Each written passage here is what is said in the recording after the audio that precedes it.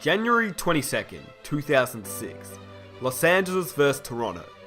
Kobe Bryant shocked the league and scored 81 freaking points. Now, you want to hear about a story? I will tell you a story. And the best part about this story is, number one is Kobe Bryant. Number two, this is in a game where he scored 81 freaking points, second behind Wilt Chamberlain's 100-point game, but it's almost arguably even more impressive nowadays. And if you don't believe me, you can look it up.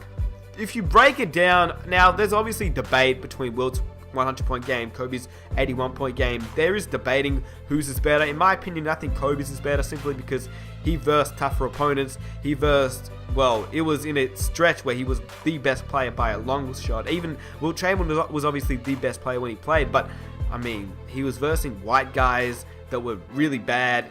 He didn't even verse New York's starting lineup when he played and scored 81. They kept feeding him the ball. They kept fouling intentionally to get Wilt to the free throw line, and on the other team, they fouled the other team so that their players would get to the free throw line. Like, the whole game was messed up. It was literally played to get Wilt Chamberlain 100 points. This Kobe Bryant game was not played to do that. Kobe Bryant just went out, scored 81 points on Jalen Rose, who, I mean, Jalen Rose, it was a pretty good player when he played in the NBA. It wasn't amazing, but it was still good. People know who Jalen Rose is. If you know who a player is, they're going to be pretty good.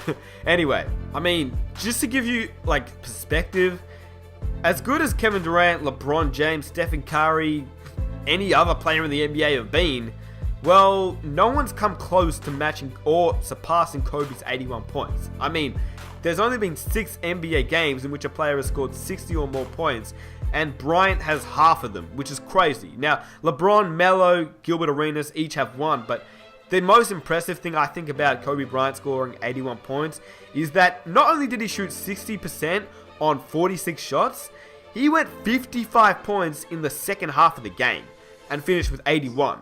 Like, in the first half, he played amazing. In the second half, he dropped 55, and they were down during the game. He brought them to win the game, which is awesome. So, I guess, look, to be honest with you, I didn't even want to start this video talking about Kobe Bryant and how great that 81-point game was. But if you want to talk about a story about Kobe Bryant and his 81-point performance, you kind of have to get into it. So, obviously, you know the whole thing. Let me hand it over to Kobe Bryant telling the story, because I want to share my thoughts afterwards, because this story is crazy.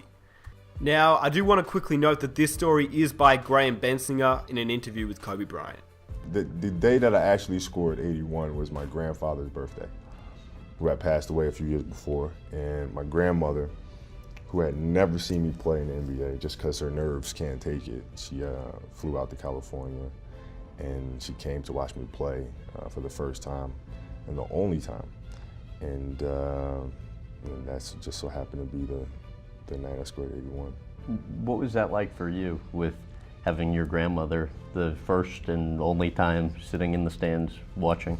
It was really special for me. I mean, my grandmother has always been there for me. We're out of the family, we're probably the most similar in personality. So it was really, really special. I mean, she was one of these grandmothers who, I would play like 8 games a day in the summertime for different summer leagues and stuff like that. And she'd be like, boy, you need to slow down. You're getting too tired. You're exhausted. It's just one of those grandmothers who's really caregiving, and just a caretaker. So for her to be there at the Staples Center to watch me play at this ultimate level after seeing me play for so many years, in high school and summer league was special. So those 81 points in a single game, second, in history only to Wilt Chamberlain. It should be pointed out, even Michael Jordan only had 69 points in a game, and he needed overtime to get to that point. Kareem Abdul-Jabbar, 55 points in a game is what he tops out at, and you had that in the second half of that game alone. When you're in the zone like that, how do you know? Yeah, it's funny. It's a strange feeling because you know you're in the zone, but you can't afford to allow yourself to know you're in the zone, because once you do, then you lose it. Because being in that moment, it's all about being in that moment and not letting anything else into your mind emotionally or psychologically. And you just continue to go and go and go. And for me as a player, when I get hot, I get blistering hot, and it's something that I just had to kind of keep going and not take my mind or focus let my focus shift to something else. What's different about it, though? I mean, when you're in the zone like that relative to an average game? Oh, it's such a sense of calmness and focus. And it's almost a sense of desperation where nothing else matters. Nothing. Nobody talking to you. Not a fan sitting over here. Nothing is relevant. The only thing that's important is the moment that you're in, and it's tough to find that space on a consistent basis. But I think that's what makes sports so compelling. I read somewhere after that game that you said it actually slowed down for you. Yeah. How so? Well, just because of the fact that I was so hot shooting the ball. Now I can pick and choose whatever I did out there on the floor. So it was almost like the defense was at my mercy, and because of that, I could anticipate everything that was going on because I was dictating everything that was going on because I was so hot, and so it kind of gives that feeling that everything slows down. So that's the story. It's pretty crazy in my opinion. It does remind me of a lot of other stories I've heard of in basketball, but not the NBA, because for me, it really reminds me of the story about Chris Paul. If you don't know the story about Chris Paul, I won't ruin it for you. If you would like me to make a video on it, I can, but you can also just search it up yourself. There's a lot of videos about the Chris Paul story, but honestly, if you want me to make a video on it, let me know. I don't really want to because I think it's already been, sort of made before. But this Chris Paul story, just for a recap, he scored 61 points on the day that his grandfather passed away at the age of 61. So it's a pretty crazy story. It's not the same, but it's very similar. Now, Chris Paul scored 61 points, obviously, as a way of, I guess, a tribute. Now, Kobe Bryant, it's a little bit different, but it's also in a crazy scenario because Kobe Bryant, I guess, Chris Paul, it's obviously amazing since he's in, high school scoring 61 points, but that's also it. He was in high school. Kobe Bryant was in the NBA. Obviously, it's a lot less emotional since Kobe, he obviously loved his grandfather, but it wasn't the day he passed away. It was just his birthday, and he sadly passed away, which is also, I guess it's sad.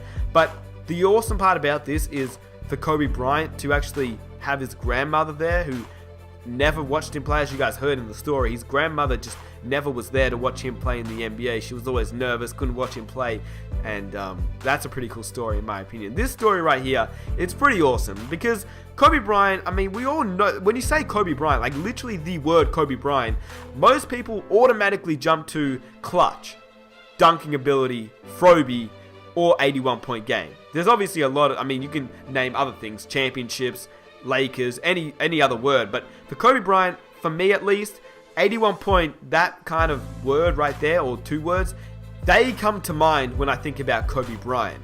But obviously we know Kobe Bryant to score 81 points, but now hopefully you know the story which I guess kind of motivated him to really go after the 81 point performance, because obviously, yeah, like I said, 81 is an amazing achievement by any player, but for a guy who played for his grandfather whose birthday it was, for a guy that had his grandmother watching who hadn't watched him before, you knew he was going to put on a show, but did you think he was going to score 81 points? Now, the reason I made this video is because a lot of people know Kobe scored 81. They know he dominated this game. They know he was, the main contributor to a team that was losing to actually win a game that they weren't meant to win. People know that. People know about Lakers versus Toronto 81 points. But not many people know that the reason behind it, the reason why he ended up scoring 81, because it was a really significant occasion and one of the greatest performances of all time. And that is the main reason he went after the 81-point game, because of his grandmother, because of his grandfather, and I think it's just an awesome story that hopefully you guys now know about that you may have not, because I never knew about this story, so hopefully you guys learned something new. So with that being said, if you guys enjoyed this video and you enjoyed this story, hopefully you guys can leave a like. Let's aim for 4,000 likes. That would be awesome. I'd really appreciate it. If you're new around here and you want to hear more stories just like this one, definitely hit that subscribe button. I've got a lot of NBA stories coming out, as well as just NBA content in general, so definitely stay tuned for the NBA content, and let me know down below if you guys knew about this Kobe Bryant story, because I definitely did not know about this story at all, and I think it's one of the best stories ever. I think it's just pretty cool. Like, 81 points is awesome, but the way he did it and the reason behind it, man, I could talk about this forever. And also the Chris Paul story, if you guys want me to make a video on that, if you don't know about it, I can, but I think most of you guys probably do know about it, so let me know. If you do, if you don't, yeah, that's pretty much it. So yeah, subscribe if you're new, and I'll catch you guys in my next video. I'm out. Peace.